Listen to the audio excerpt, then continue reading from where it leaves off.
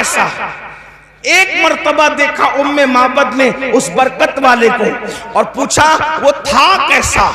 ہائے ہائے، اب اگر وہ تھا کیسا عظمت مصطفیٰ کانفرنس سننے آئے ہو تو سنیو زندہ دلی کے ساتھ ذرا اپنے نبی کا حلیہ سن لو۔ وہ تھا کیسا تو کہا اس کو دور سے دیکھو تو بھی خوبصورت نظر آتا تھا اور قریب سے دیکھو تو بھی خوبصورت نظر آتا تھا۔ اللہ اکبر، توجہ فرمائیں، میں ہر دو جملے پہ نہیں کہوں گا کہ بولو سبحان اللہ، اس لیے کہ میں تو آپ کے ایمان پہ چھوڑتا ہوں کہ اپنے نبی کا ذکر سن کر بھی کوئی کہہ سکتا ہے یا چپ رہ سکتا ہے؟ ارے جس کے نام پہ کنکریاں بھی بول پڑتی ہے، اگر اس کے نام پہ سنی نہ بولے تو پھر کون بولے گا؟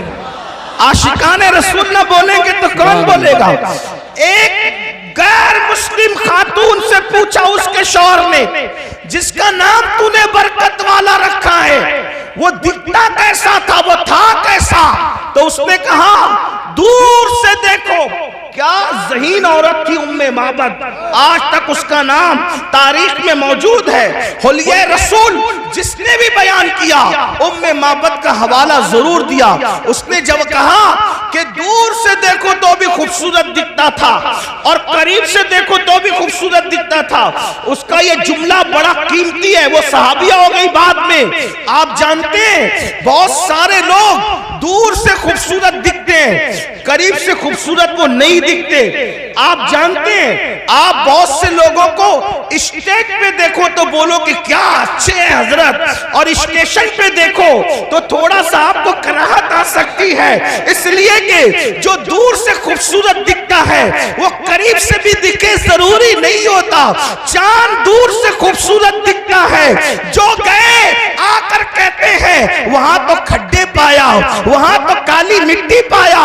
اللہ اکبر، آج چاند لوگوں کی شاعری کا عنوان بنا ہے مگر دور سے حسین ہے، قریب جانے والے اس کو حسین نہیں کہتے۔ اللہ اکبر، کچھ خاص لوگ ہوتے ہیں جو دور سے بھی خوبصورت دکھتے ہیں اور قریب سے بھی خوبصورت دکھتے ہیں۔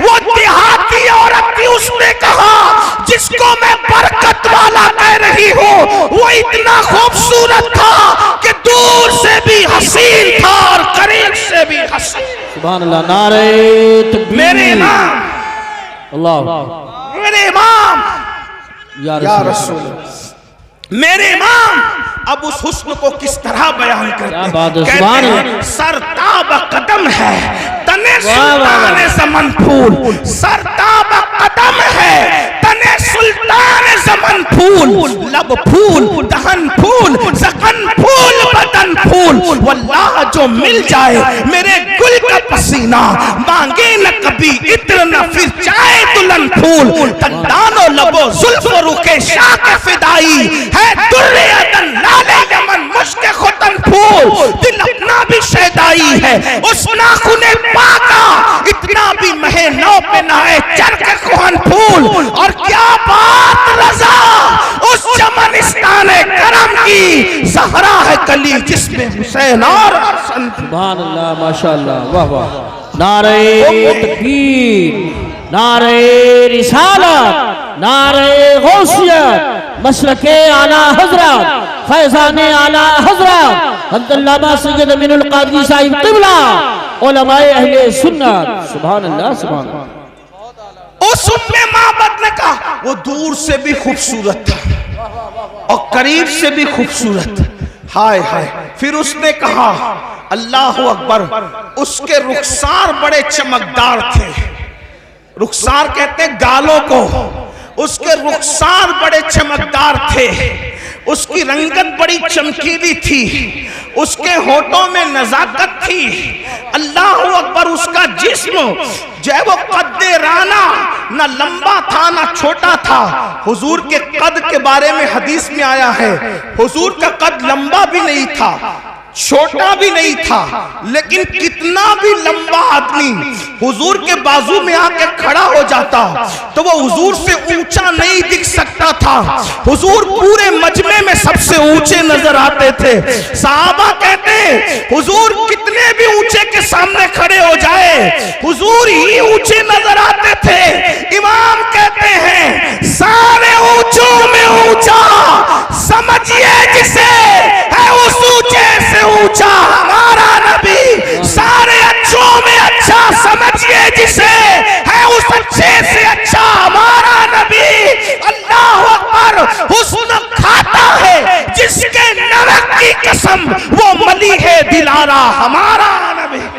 سبحان اللہ سبحان اللہ بہت ام معبد کہہ رہی ہے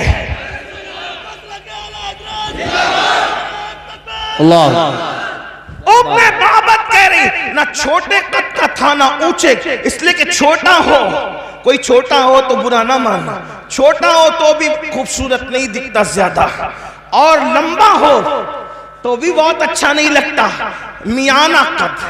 حضرت امیر خسرو کہتے ہیں، حضور کا حسن بیان کرتے ہیں، کہتے ہیں پری پیکر نگارے سرو قد لالا رخسارے، پری پیکر نگارے۔ مجھے پتا ہے اس پر آپ کو بہت لوگوں کو سمجھ نہیں آئے گی، لیکن عشق سے سنو گے تو سب سمجھ آئے گا۔ پری پیکر نگارے سرو قد لالا رخسارے، سراپا آفت دل بود شب جائے کے من بودم۔ اور میرے امام کہتے ہیں کمری نے گل ان کو کہا، سبحان اللہ، بلکہ بلبل نے گل ان کو کہا۔ ہر مخلوق اپنے سبجیکٹ پر ان کو دیکھ رہی ہے، کیا بلبل نے گل ان کو کہا، قمری نے سروے جا فضا، حیرت نے جھنجھلا کر کہا یہ بھی نہیں وہ بھی نہیں۔ سبحان اللہ سبحان اللہ، بلبل کہہ رہا ہے یہ گل ہے، حضور کو دیکھ کے کہہ رہا ہے یہ گل ہے، اور قمری کہہ رہی ہے یہ سرو کا درخت ہے، یہ سرو ہے، ان کا قد اقدس سرو کے درخت کی طرح ہے، لیکن حیرت کو غصہ آ رہا ہے، اور وہ کہہ رہی ہے نہیں نہیں وہ گل بھی نہیں ہے اور وہ سرو بھی نہیں ہے۔ کیوں؟ اس لیے کہ توجہ، گل کیوں نہیں ہے، وہ گل کیوں نہیں ہے، سرو کیوں نہیں ہے؟ اس لیے کہ گل تو باغ میں ہوتا ہے، گل تو چمن میں ہوتا ہے، سرو تو باغ میں ہوتا ہے، مگر حضور کسی باغ میں نہیں، بلکہ سارا باغ حضور میں۔ توجہ، حضور باغ میں نہیں ہے، حضور باغ میں نہیں، سارا باغ حضور میں۔ اور امام اس کو کتنی اچھے انداز سے بیان کرتے ہیں۔ لوگ کہتے ہیں آپ لوگوں کی گفتگو احمد رضا کے بغیر پوری کیوں نہیں ہوتی؟ ہم کہتے ہیں احمد رضا کی طرح کوئی بات بھی کرتا ہو 14ویں صدی میں تو اس کو بھی لا کر بتا دو، ہم اسی طرح بات کریں گے، اسی کو کوٹ کریں گے۔ کیسا بیان کیا؟ اردو ادب کے اوپر 14ویں صدی میں میرے امام کا احسان ہے۔ لوگ تو اپنی لیلاؤں کی زلف اور رخسار کی باتوں میں الجھے ہوئے تھے، وہ احمد رضا ہے جس نے فن شاعری کو بھی کلمہ پڑھا کر مسلمان کیا۔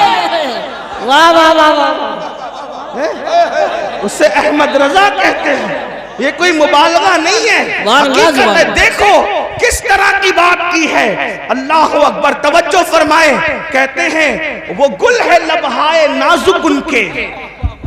اب میں زمین والوں سے مخاطب نہیں ہوں، منبر پر اگر اہل علم کے ساتھ اہل عشق ہے تو میں ان کی بھی دعائیں چاہتا ہوں۔ احمد رضا کہتے کس کو ہیں؟ رضا بریلوی کہتے کس کو ہیں؟ کیا وہ گل ہے لبہائے نازک ان کے، ہزار جھڑتے ہیں پھول جن سے۔ وہ گل ہے لبہائے نازک ان کے، پھول سے کبھی پھول نہیں جھڑتے، پھول سے کبھی پھول نہیں جھڑتے، لیکن یہ کیا لبہائے نازک پھول ہے کہ وہاں پھول سے پھول جھڑ رہے ہیں۔